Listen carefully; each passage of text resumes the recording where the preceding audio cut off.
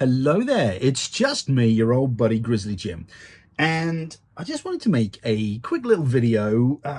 It's something that I think is very important, and I think it's a skill all sort of archers should really learn, and that's how to serve a bowstring. We're just talking about the center serving of a Flemish twist string specifically, but if the string is going to fail, it's either going to be the loop end, or if you've got a little high spot on the string knock, it's going to wear through a Flemish twist string, and it could fail there, or it's going to be the serving. Now, if your string fails at the loop, it's a dead string. But so many strings get discarded and thrown away and replaced, which from a string making point of view is probably quite a good thing, but from a consumer point of view, from an archer, it's a bad thing, because just because the serving's gone on a string, it doesn't mean the string's gone. It's perfectly serviceable if you have the knowledge to reserve the string. And that's what we're going to look at today. Now, there are many ways to serve. I'm just going to show you a very simple, generic way of serving. Now, there are millions and millions of different ways, well, not millions, but lots of different ways to serve a string, and I'm sure people will sort of say, oh, that's not how you do it. But this is just a very simple, very sort of generic way of serving a bowstring, and you're going to need a couple of little bits and bobs. All you're going to need really is a serving jig, something to cut the string, sort of a pair of scissors or a blade or something, some pliers, a lighter, tape measure for measuring the string, and something to mark the string up. Really simple. Doesn't need a great deal of kit. It can be done either on a jig. I've got this on a little string jig here, or it can be served on the bow. It doesn't really matter. I can get a little bit more tension on this jig because I like to serve strings under tension. But, if you're out in the woods or something, serving it on the bow is perfectly fine. So to start with, the first thing you need to do is determine where you're going to put the serving. Now, I have here a string. Now, this is the top end, the big loop at the top, small loop at the bottom. So the top of the string is by my left hand, and the bottom of the string is by my right hand. Now, in order to work out, again, people like different serving positions. This is one I tend to go with. I like to find the middle point of the string. Now, this string is 54.5 inches tip of loop to tip of loop. So to work out where the middle is, half of that is 27.25 inches. So I've marked that up right here. So once you've found your center point, you need to work out how much you're going to have on top and how much you're going to have on bottom. And again, a general rule of thumb is I like to have 4 inches on top and 3 inches on the bottom, for a total of about 7 inches. Now, some people like slightly shorter, some people like slightly longer. If you're string walking, you want it a little bit longer on the bottom.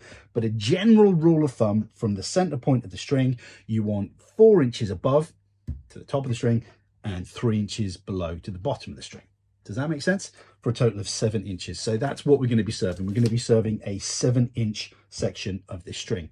So you can do it just off the spool. I wouldn't recommend it. I would always recommend using a serving jig, because that's going to enable you to put tension on and really get that serving nice and tight on that string. But in an emergency, you can just do it off the spool. I think I'll do a little video on that again at sort of a later date, a bit more of a field repair. But if you've got the luxury of having your string on a jig or on your bow, and you've got a string jig here, this is just a very, very old biter jig. I like it because you can get a nice bit of tension on the spool, and it sort of winds on quite nicely. So hopefully I've got the angles right. They're probably not the most flattering of angles, but I've got another camera here so we can sort of have a look from multiple angles. We've got the string here stretched out under tension. And all you need to do is pull off a little bit of the serving through this jig. It sort of winds in and out of the different bars here. I lay it over the string and lay it sort of along the string, and then I bring the spool under and wrap it over, holding my finger there and doing it again. So you're trapping. It's really hard to explain. I've done it so many times, it's difficult to explain. But you leave that that leading bit of thread there, and you're wrapping that under the serving here, and that's holding it onto the string. Some people thread it through the string, but we're just keeping it really simple. Now you'll notice that's a little mark there. That's the 7-inch mark, or the start of the 7-inch mark, or the number 1 mark. I've actually started a little bit upwards of that mark, because I'm going to pull this in a minute, and that's going to bunch everything down. So if you did it sort of point to point, you'd actually end up with slightly shorter serving. So I start a little bit upwards of that. So I tend to wrap it around about 4, 5, 6 times, something like that. So you end up with a wrap over the leading bit of thread there. It should look something like that. Hopefully I've got the camera in the right position and it's going to work. I get a pair of pliers, and I just give that a little bit of a tug, pull that nice and snug. Then you can move that out of the way. And some people like to serve it all the way through. Horses for courses, but just for this example, I'm going to move it out of the way. And then you just let the serving jig do its work. You give it a few wraps, but you want to tighten it up. All serving jigs, I've got loads of serving jigs around here, but they're all over there. But every serving jig has got like a little bolt system that you use to tighten basically how tight that is in the jig. And the tighter it is in the jig, the more pressure you can put on when you're serving. Now I tend to go sort of towards myself and just keep rolling all the way. I mean, you've got a nice bit of tension on there. You can see it's forming to the string nicely. It's keeping a good bit of tension on there. You can check it sort of halfway through, make sure that's still tight, but you do want to keep the tension even all the way through. And this is just the boring bit. This is just the spinning of the jig. Now, when it comes to serving, you want to make sure you've got the right serving for the right string to fit the right knocks. Now, as a general rule of thumb, I tend to serve most of my strings to a standard large groove knock. Now, for the diameter of my string, they're a little bit skinny, but not too skinny. I tend to use a 0.025 diameter serving, and that seems to fit a large groove knock perfectly. If I'm using a different material, then it's for a standard, this is one of my hybrid strings. If I'm using a standard Dacron string, 14-strand Dacron string, I'll use a 0.018 diameter serving, which is a bit thinner because the Dacron strings are a little bit thicker.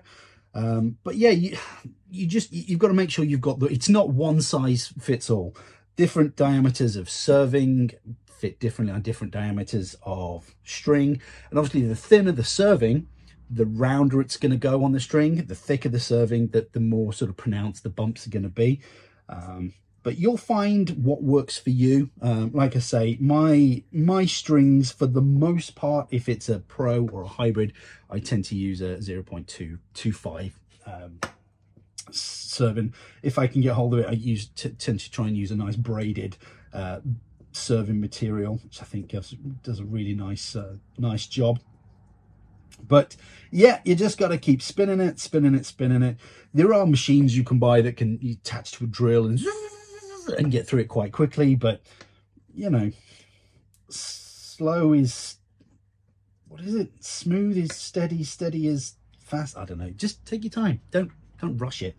But what you'll notice, I've got to this little, if you see that there, this little mark I've made on the string down here, which denotes my sort of 7 inches. And the back of my jig has just hit this mark, so it knows, I know I'm nearly sort of right at the end. So I'll give it another couple of twists just to be on the safe side. And then I can loosen off the tensioning bolt there and give that a bit of a pull. Give me some slack. Now this is it's not overly complicated, but this is the bit that some people, you know, if it's going to go wrong, it's usually here. What I tend to do is I pass the serving jig under the string and then over. So you go under, over, and then you pass it through. So you're going through this loop. So you want to do that, I don't know, maybe 10 times, something like that. I don't know, I've lost count. But I like to try and give myself a good sort of centimetre and a half of material down here. Now, once that's done, I like to, this is where you loosen it off so you can pull it, and then I wrap it around just the peg of the jig or something out of the way. So you're left with this loop. You have the majority of the serving here, and then you have a little wrap of serving here. Now, what should be happening is as you come round over the top, you see it winding on the string this side. What you're actually doing is unwinding from this side. If it's not working, if it's doing the opposite, you've done it wrong. You haven't passed the serving through as it should. But yeah, you just need to sort of wrap that round as it's coming on. It's coming off from down here. Again, keeping the tension. As string making is all about even tension. If you can work on keeping tension even, you'll end up with some good strings. But yeah, just keep wrapping that round, keep on coming. It's coming on, it's coming off. I mean, I really hope this angle is right and it's showing you everything, or this is going to be a pretty lame video. But yeah, you just keep wrapping it like that till you are left with just a single loop sticking out of the end of the serving there.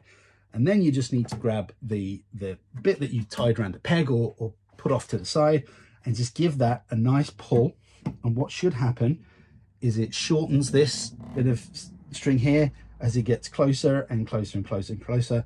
And then some people have a pen and pull it down to the pen and then slide the pen out as they do it. But I mean, I've done it so many times, I can feel when it's coming and I can let it just slip through my fingers.